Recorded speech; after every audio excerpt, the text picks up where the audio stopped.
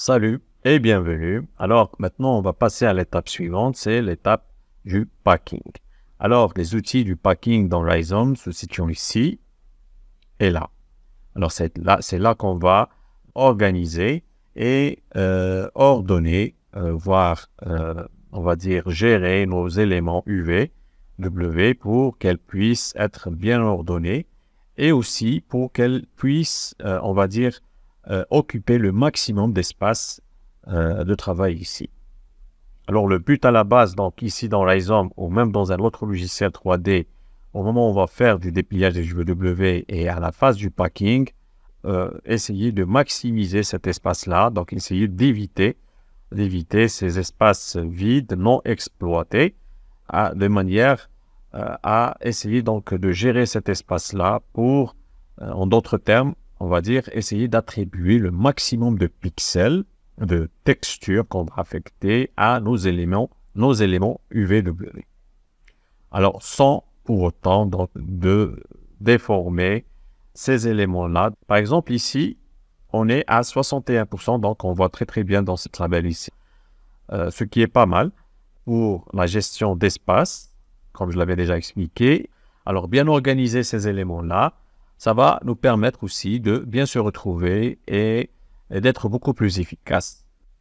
On passe maintenant aux outils que Rhizome me propose concernant le package. Donc, on va commencer par ces deux boutons-là.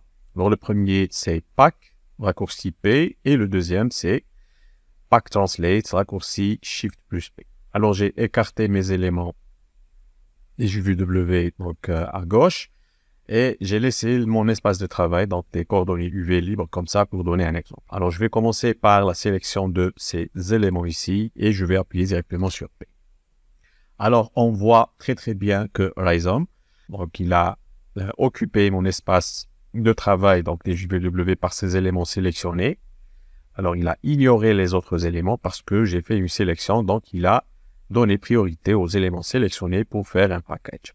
L'option Pack ici, c'est un calcul, donc c'est des algorithmes que Rhizome va appliquer sur les éléments sélectionnés pour optimiser donc la dispersion des éléments ici sur mon espace de travail.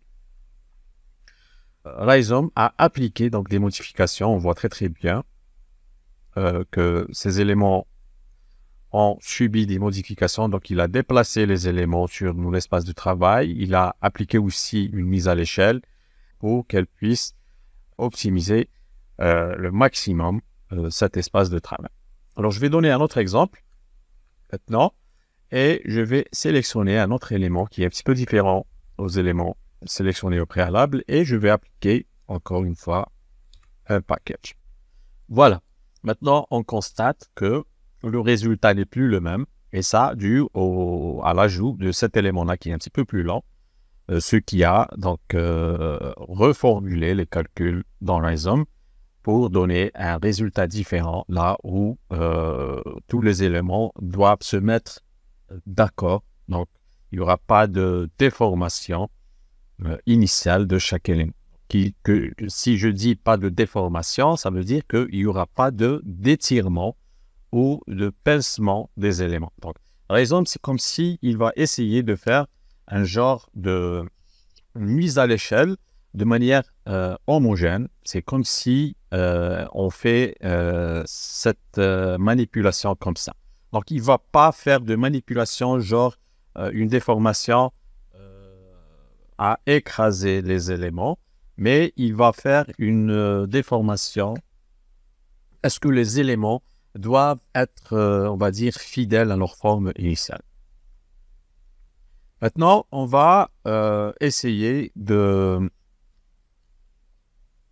faire un packing sans faire de sélection. On va appuyer directement sur P. Et maintenant, Rhizome va, on va dire, faire un emballage de tous les éléments sur ma zone de travail UV. Maintenant, on passe sur un autre exemple, comme celui-là. C'est une opération qui est faite par la manipulation de l'utilisateur qui est en train de gérer les éléments-là, va donner un résultat. Et ce résultat, on peut le voir en termes de densité. Par exemple, si je vais affecter une texture, donc je vais voir ça en 3D, et on va voir que la texture ici, la texture n'est pas, on va dire, affectée à tous les éléments de mon objet de manière homogène. On voit ici, donc je vais essayer d'augmenter un petit peu le tiling ici, juste pour mieux comprendre et mieux voir. Donc on voit très bien que cet espace-là, ou par exemple ici, n'a pas la même densité sur cet espace-là. Donc ici, il prend plus d'espace et il prend plus de superficie, plus de texture comparé aux autres éléments. Et là, il y a une erreur, c'est parce que mon objet a beaucoup de surfaces exposées à la caméra et qui sont plus importants, par exemple cette zone ici, cette zone ici, cette zone ici. Et ce sont ces éléments-là qui doivent avoir plus de densité comparé à cette petite partie-là qui est un petit peu, on va dire, moins important. Alors, là, on peut comprendre que la gestion des UV, c'est de donner priorité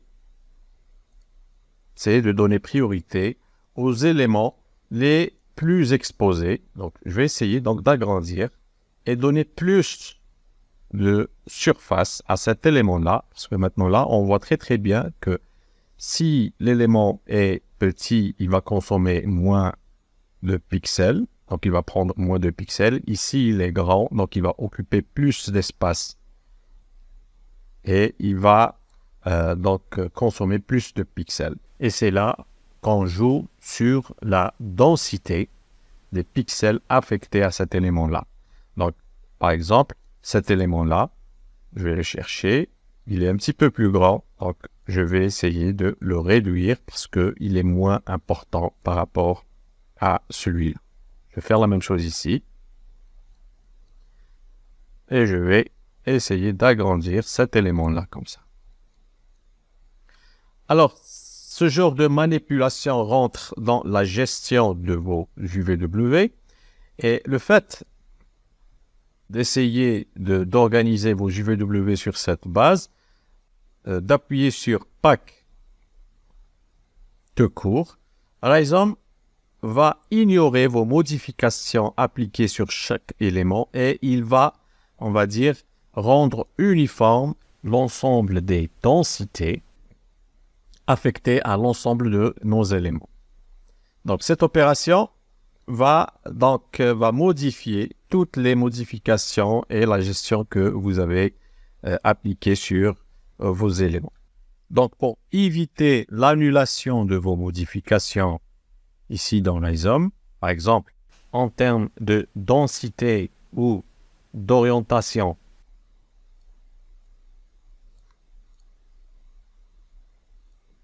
mise à l'échelle, rotation.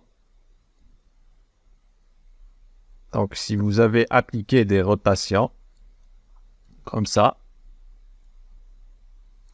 et ensuite, on va appliquer un package. Alors, je vais annuler parce que j'ai fait une sélection que je dois faire.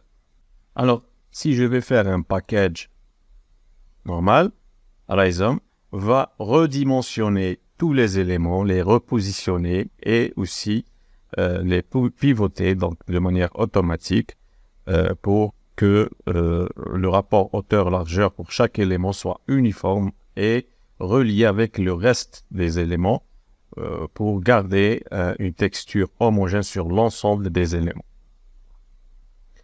Et maintenant, c'est maintenant qu'on peut citer la différence entre pack normal, donc pack tout court, et le pack translate qui est la même opération, c'est juste qu'avec le pack translate, les opérations appliquées par l'utilisateur en termes d'échelle et de rotation vont être préservées pour laisser ces modifications. Donc, par exemple, si je vais agrandir cet élément-là pour donner plus de pixels, pour donner plus, donc plus de pixels, plus de densité. On va voir ça donc, dans la partie ici. Donc, on va voir ça plus en détail. Mais pour l'instant, on va se contenter juste des différences entre Pack et Pack Translate. Maintenant, si je vais appliquer le Pack Translate, alors, Rhizome va garder les modifications que j'ai apportées à ces deux éléments tout en appliquant le package sur l'ensemble des éléments de mon objet.